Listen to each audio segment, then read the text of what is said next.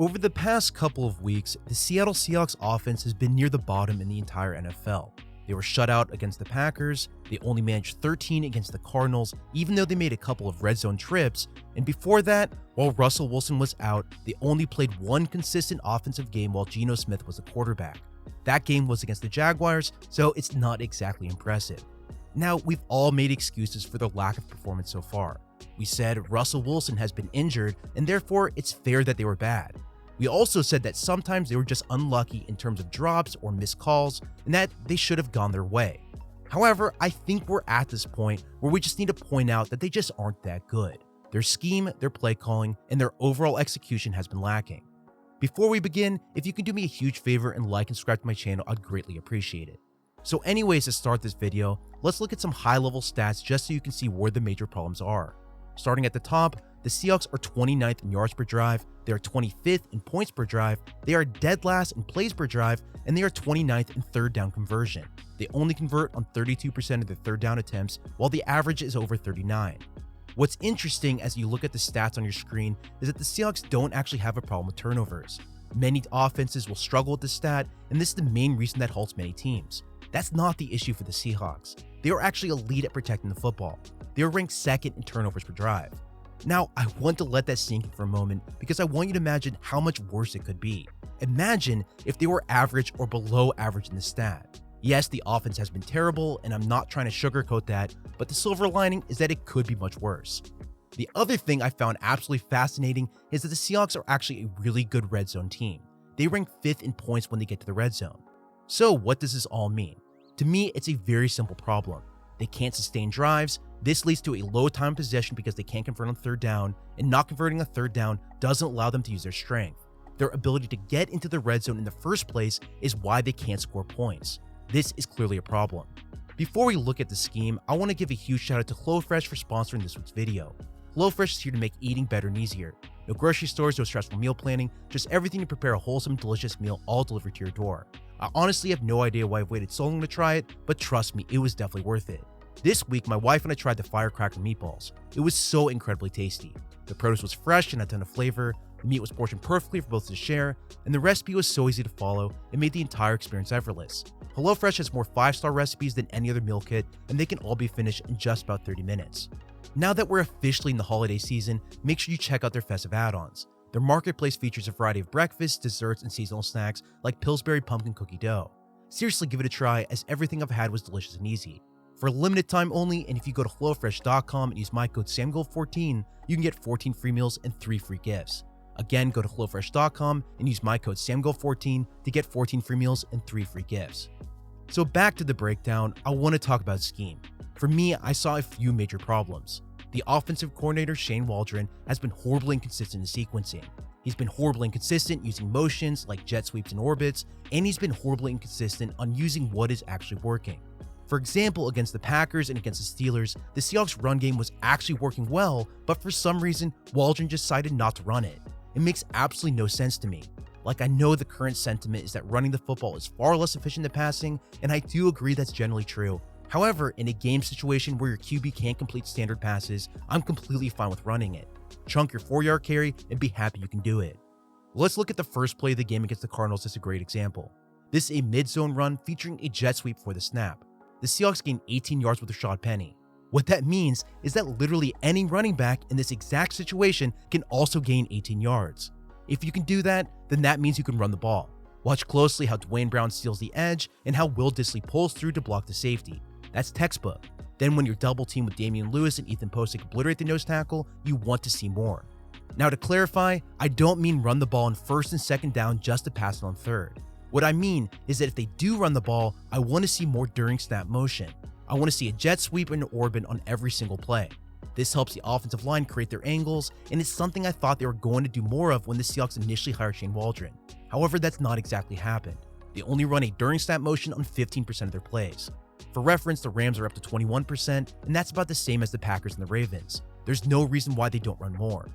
The other thing that absolutely kills me about Waldron's play calling is the lack of play action. Only 27% of Russell Wilson's passes are play action.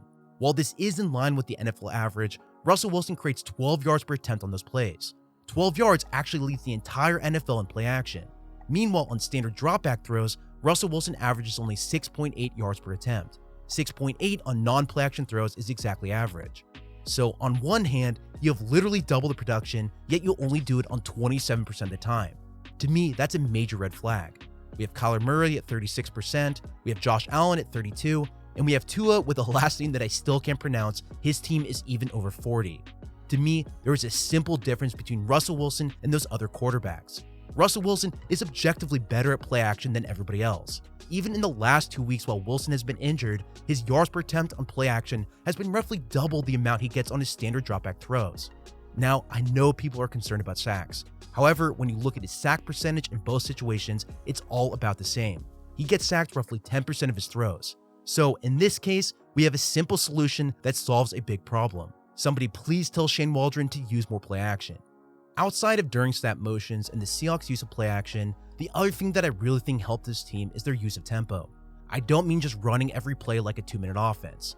What I want to see is the entire offense run to the line of scrimmage with about 20 seconds left on the clock, and this would give enough time for Russ Wilson to make his checks and calls at the line of scrimmage. Rams did a ton of this with Jared Goff, and there's no reason why they can't do the same with Russell Wilson. On top of that, they can always snap the ball sooner if they want to. There's literally no downside. I feel like having speed and tempo, especially for the talents that the Seahawks have on offense, would be very beneficial. Now, so far in this video, we've mainly talked about scheme, play calling, and their performance on third down. I mentioned briefly about Russell Wilson before, but we need to talk about his strengths and his weaknesses. The issue the Seahawks offense is facing at this current point is the following. Russell Wilson hasn't been good. We just need to say that outright. He's inaccurate, he's hesitant to throw receivers open, especially underneath, and his ability to feel pressure in the pocket has been lacking. Now, obviously, we can't blame all the Seahawks struggles on him. The offensive line was torn up by stunts this past weekend. We had drops by some key players, and we also had some poor routes as well. These issues, however, go back to the main problem. Since Russell Wilson isn't seeing and trusting the middle field on the scheme design plays, these issues turn the offense into a one-dimensional team. Up to this point, Russell Wilson was more than making up for that problem. His accuracy up the sideline on his deep throws and his ability to scramble and create on broken plays has more than carried this offense to this point. The issue we see now is the same issue we saw last season.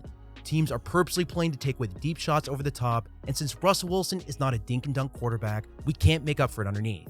Take this example in the red zone from this past weekend. A timing throw to Swain underneath is likely a touchdown. This play is called a stick nod return. You have Gerald Everett running a stick nod in the slot, while you have Freddie Swain on the return, while DK Metcalf runs a shallow cross underneath. The goal of this play is simple. If the defense jumps on the stick and the shallow cross underneath, the nod portion of the route would be open. Meanwhile, if the defense plays deep to guard the nod, then the shallow cross and the return route are likely open. However, if the defense has numbers and they drive on the shallow cross correctly, then there's still a good chance with the return. The problem on this play is Russell Wilson. He didn't stay in rhythm, and he also threw a terrible ball. Yes, you can blame the pressure from the right tackle, but Wilson has plenty of room to step up at the top of his drop. Even if Swain kept moving forward, this ball was still poorly thrown. Generally speaking, while I've painted a pretty dire picture of the Seahawks offense, there are definitely ways to fix it. Run more play action. I want to see play action on 40% of Russell Wilson's passes.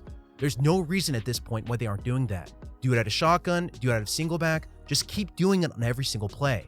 Also, please add in some during snap motion. I want to see more jet sweeps and more orbits because combined together with play action, those things usually work. Now, before we end this breakdown, I want to quickly circle back and talk a little bit more about third down. After this past week's game against the Cardinals, I was watching Tyler Lockett's press conference, and what he said was pretty illuminating. He pointed out a few things to look out for. He said, and I'll quote, "They aren't playing what they're playing on film. It's hard to get ready because you don't know what you'll get." Further, a media member asked about third down specifically, and Lockett clarified. He said that defenses overall are all showing us new things. What's interesting about the Seahawks offense is that Seattle is actually very good on first and second down. They create 8 yards per attempt on first, and they create 8.7 on second. That's good for top 10 and top 2 respectively on those downs. Clearly, first and second aren't the problem. When their plays hit, they definitely hit. However, the issue is third. They are bottom 10 at 6.6 yards per attempt. What makes matters worse is that Pete Carroll refuses to go for it on fourth. They are second to last in going for it on fourth down when they statistically should. Now, as I went back through the Cardinals film from a few weeks ago, what I noticed was that Cardinals did actually play the Seahawks differently. For example, when the Cardinals faced the 49ers, their defense played a lot more cover 3 and cover 1 robber on third down. Against the Seahawks, though, the Cardinals played more Tampa 2 and 2 high coverage instead.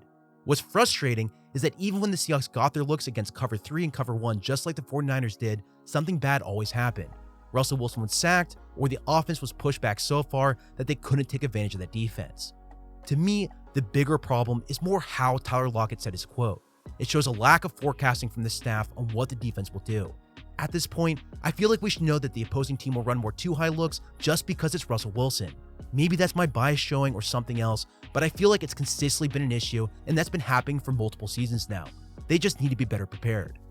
Overall, and I'm going to wrap this video up with the following. What we're seeing from the Seahawks is pretty bad. Without the upside from Russell Wilson's accuracy and scrambling ability, Seattle can't operate a standard offense. While this is a pretty big indictment on Wilson, Shane Waldron is to blame too. His play calling scheme are a problem as well. Similarly, the execution from many players on this offense has been pretty bad. The number of times the Seahawks offensive line was beaten on tackle and stunts was way too many to count. It was very painful going through that film. In my opinion, unless Shane Waldron starts running more play action and starts using more during snap motion, and if Russell Wilson doesn't magically recover from his injury, we're going to keep seeing the same result. Well, that's all I have for you. I really hope you enjoyed, or at the very least found this video informative. Do me a favor and like and subscribe to the channel, and if you want to support me directly, follow the link to my Patreon as well. Thanks again, and you can find me on Twitter at Samuel R. Gold.